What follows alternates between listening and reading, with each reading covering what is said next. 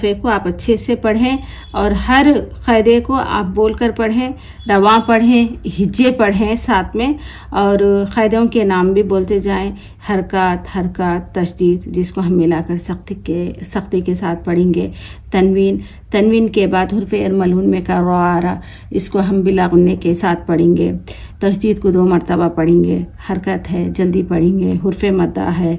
लफ्ज़ अल्लाह के लाम से पहले पेश आ रहा तो लफ्ज़ अल्लाह के लाम को मोटा पढ़ेंगे। लाम पर खड़ा ज़बर है, खींच कर पढ़ेंगे। और हा हरकत, इस तरीक़े से आप है ना हर अल्फाज के क़ायदों को आपने बोलना है, बोलकर पढ़ना है, ठीक है ना। अगर समझे आपको कोई समझ में नहीं आ रहा, कोई क़ायदा आपको समझ में नहीं आ रहा, तो इंशाल्लाह मैं इस क्लासेस के बाद, ये 3-4 असबाक है, इसके ख़त्म होने के बाद मैं क़ायदों के साथ पूरा क़ायदा भी मैं पढ़ूंगी। जब वहाँ पर आप चक्कर ले सकते हैं।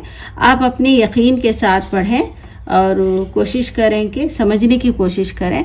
जो भी आपको समझ में नहीं आ रहा वहाँ पर अंडरलाइन करके रखें। जब मैं आपको बताऊंगी, बोलूंगी, तो आप उसको समझ सकते, या आप कमेंट्स में भी आप मुझसे सवाल कर सकते, ठीक है ना।